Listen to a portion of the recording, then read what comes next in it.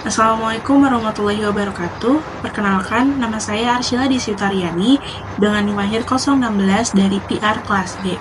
Di sini, saya akan menjelaskan tentang pemberitaan terkait peristiwa tuntutan kenaikan upah layak oleh buruh kepada pemerintah yang terjadi dalam tiap tahunnya.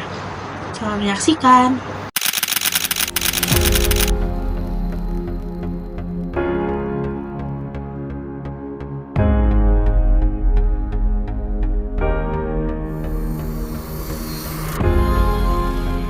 Iqbal mengatakan ada sekitar 2.000 buruh se-Jabodetabek yang mengawal ataupun berpartisipasi dalam aksi unjuk rasa kali ini. Tentunya mereka bertujuan untuk mengawal pembacaan putusan uji material Mahkamah Konstitusi terkait Undang-Undang Cipta Kerja. Dan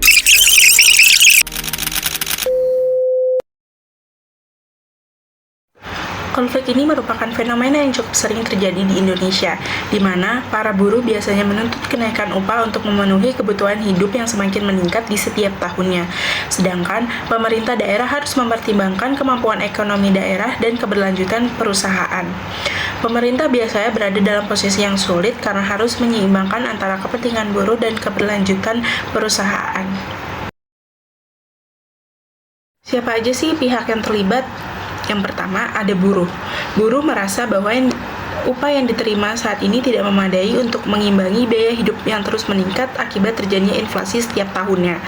Mereka juga merasa bahwa perusahaan dan pemerintah sudah mendapatkan keuntungan yang cukup, sementara kondisi hidup mereka sangat sulit. Yang kedua, ada pemerintah. Pemerintah harus memastikan bahwa kebijakan yang diambil tidak merugikan perekonomian daerah dan mempengaruhi keberlangsungan usaha, sehingga perusahaan tidak bangkrut atau mengurangi tenaga kerja. Pemerintah perlu memperhitungkan kemampuan fiskal dan keberlanjutan ekonomi yang panjang. Ketiga, ada pengusaha atau perusahaan. Mereka harus mengikuti kebijakan upah minimum yang ditetapkan oleh pemerintah. Posisi saya dalam konflik adalah sebagai mediator, yang dimana di antara pihak yang berkonflik. Saya di sini sebagai posisi netral untuk menjembatani kepentingan buruh, pemerintah daerah, dan perusahaan terkait. Sebagai mediator, saya bertanggung jawab untuk menciptakan ruang yang aman dan terbuka untuk ketiga pihak berbicara, dengan tujuan untuk mencapai kesepakatan yang menguntungkan bagi semua pihak. Ini adalah proses yang mengedepankan komunikasi yang efektif, pemahaman bersama, dan pencarian solusi yang tepat. Langkah-langkah yang bisa saya lakukan sebagai mediator. Yang pertama, mendengarkan ketiga pihak. 1. Buruh. Mereka menginginkan kenaikan upah yang layak agar dapat mencukupi kebutuhan hidup mereka yang terus meningkat di setiap tahunnya. Hal ini adalah isu yang sangat emosional dan terkait langsung dengan kesejahteraan hidup mereka. Kedua, ada pemerintah. Pemerintah mungkin khawatir bahwa kenaikan upah yang terlalu besar akan membebani ekonomi lokal dan perusahaan. Oleh karena itu, mereka perlu mencari solusi yang tidak merugikan ekonomi dan keberlanjutan lapangan pekerjaan. Yang ketiga, ada perusahaan, yang dimana perusahaan harus mematuhi kebijakan upah minimum yang ditetapkan, namun juga berusaha mengelola beban biaya tambahan yang bisa mempengaruhi keberlangsungan bisnis dan juga karyawannya. Yang kedua, meninjau data terkait. Dari buruh, penting bagi mediator untuk meminta bukti yang mendukung klaim buruh seperti data inflasi, biaya hidup, dan perbandingan upah di sektor yang lain.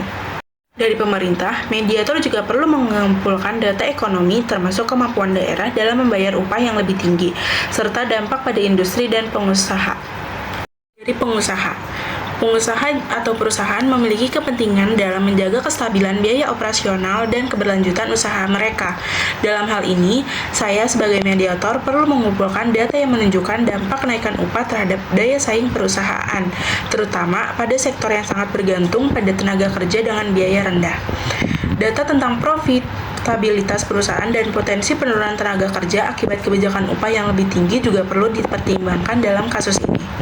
Data yang digunakan oleh mediator menjadi keputusan yang diambil oleh mediator yang harus didasarkan pada fakta dan data yang sangat akurat, agar solusi yang dihasilkan relevan dan sesuai dengan kenyataan.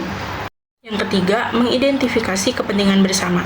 Sebagai buruh, mereka ingin upah yang lebih tinggi untuk memenuhi kebutuhan dasar hidup dan menciptakan kesejahteraan bagi keluarga mereka.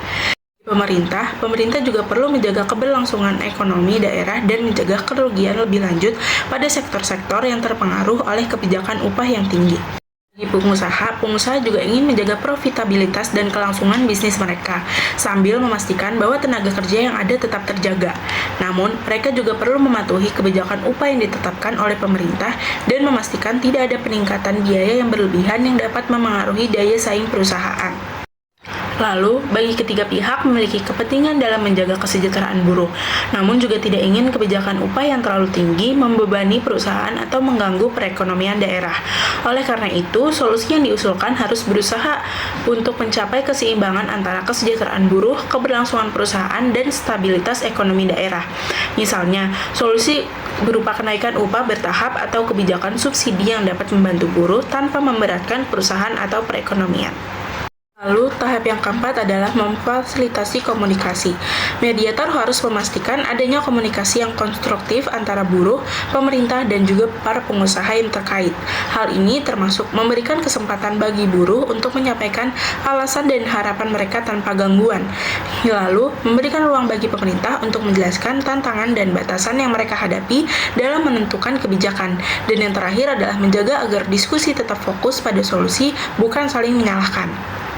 Lalu, yang kelima ada mengajukan solusi alternatif. Mediator dapat menawarkan solusi yang lebih fleksibel dan keberlanjutan yang memungkinkan lebih diterima oleh ketiga belah pihak. Yang pertama, ada kenaikan bertahap.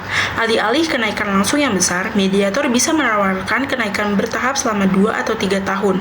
Ini memberikan waktu bagi perusahaan untuk menyesuaikan diri dengan perubahan biaya dan buruh tetap melihat adanya kenaikan secara progresif.